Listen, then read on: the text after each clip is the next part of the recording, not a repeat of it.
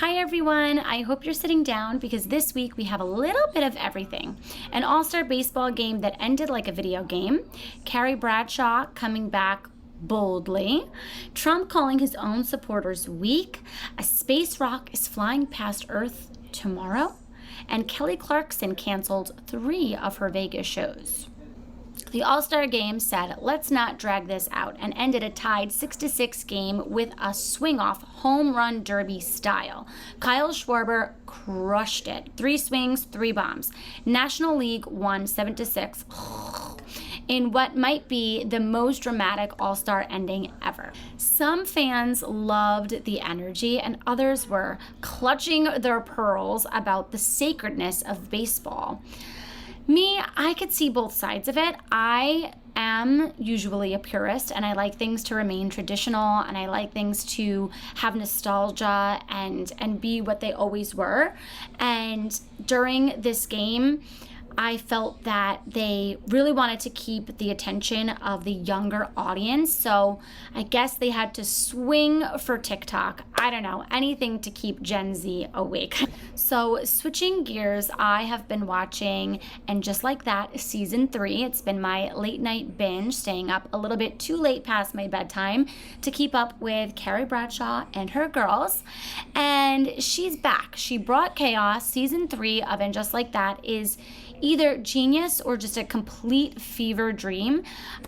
We had a Virgin Mary cameo by Rosie O'Donnell, and we have Charlotte trying not to implode. We have Carrie teetering on whether to stay in her long-term relationship with her long-distance relationship with Aiden or dabble back into the dating world. I'm not done with the season yet, so I don't know how it's all going to play out. We have some wild fashion, and we have a lot of overacting in this season. So I feel like it's kind of messy, but it has its own personality. It's not trying to be season 6 of Sex and the City. It's not trying to recreate the magic that once was. It's trying to be something new, and I'm good with that. It's like the comfort of being with old friends, and there's also this little sense of, oh my gosh, some of these scenes are a little cringeworthy. Some of the overacting is a little cringeworthy for me personally, but I can't help it. I can't take my eyes away, and I am enjoying it. So I want to know what you guys think if you are fans of the show and you're watching it. Last week, we started to touch base on the Epstein file fallout, and this week it is just unraveling even more, with Trump actually coming out, speaking about it, first calling it boring, and then just a few hours ago calling his Maga supporters weak and bad people for falling into a Democratic hoax. Now, the interesting thing about this is that this has really been a Republican issue. The Republicans are the ones that pushed and pushed and pushed on the Epstein files. Even Trump's own son, Don Jr., has been talking all about the Epstein files. And now he's completely pivoting it and he's turning the tables. So a lot of MAGA supporters are in the comments and they are saying, I stand with Trump. There must be a reason for this. I'm sure there's going to be an explanation. It'll all make sense in time. But other people are just kind of getting a bad taste in their mouth from it because they don't know what to make of this. Why this sudden change of heart?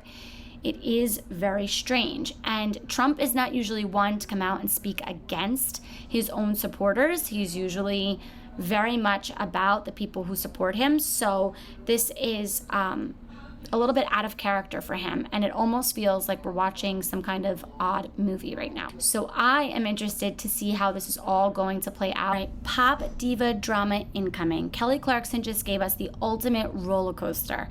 She canceled the very first shows of her new Las Vegas residency and then turned around and said, just kidding, we're back on. Fans were confused, staff was scrambling, and the internet losing its voice, kind of like Kelly. Let's get into what actually happened.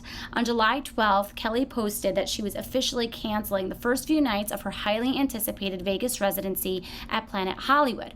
The reason? Vocal strain and illness. She said she needed more time to rest and recover, and honestly, as someone who sings her face off, that's totally fair. Backstage, Kelly's team had to pivot fast.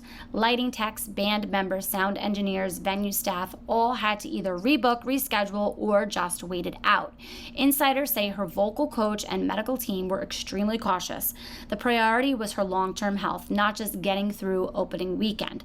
And honestly, that's the kind of decision more artists need to make. It's not just about belting Since You've Been Gone, it's about doing it 10 nights in a row with full emotion. Kelly announced she was back and the shows would go on, and she hit the stage on July 15th, joked about her voice, thanked fans for sticking it out with her, and gave a powerhouse set that proved the rest was worth it. In my opinion, this shows that she is human. I am so used to seeing Kelly just singing these perfect renditions on karaoke, and this just made her so much more human and so much more relatable as an artist. She took the time that she needed, and I feel like that was really the right decision.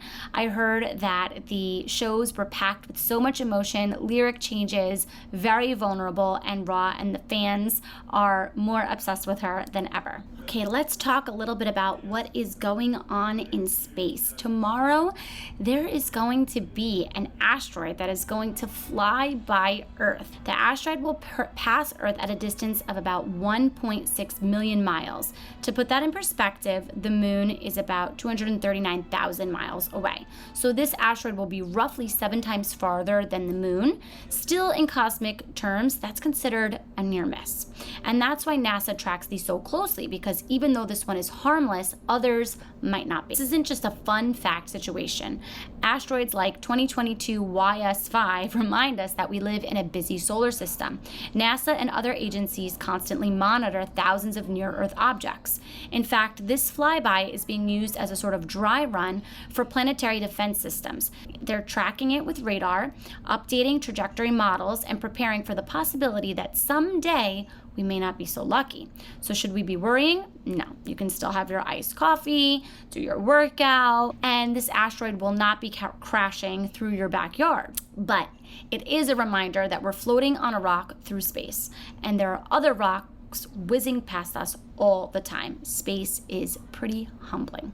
So to recap, we had All-Star Baseball turning into a video game, Carrie Bradshaw coming back in bold and crazy ways, Trump going full scorched earth on Maga, a meteor doing a flyby, and Kelly Clarkson canceling concerts like she is in Mercury retrograde. What a week. Drop your thoughts in the comments. What do you think about the swing-off? Is Carrie's chaos working for you? Should Trump be worried about fracturing his base? And most importantly, were you planning to see Kelly live this weekend? Make sure to subscribe for more hot takes and weird news wrap-ups that make this timeline slightly more tolerable. I'll see you next time, and stay grounded, just in case that asteroid has other plans for us. Bye, guys.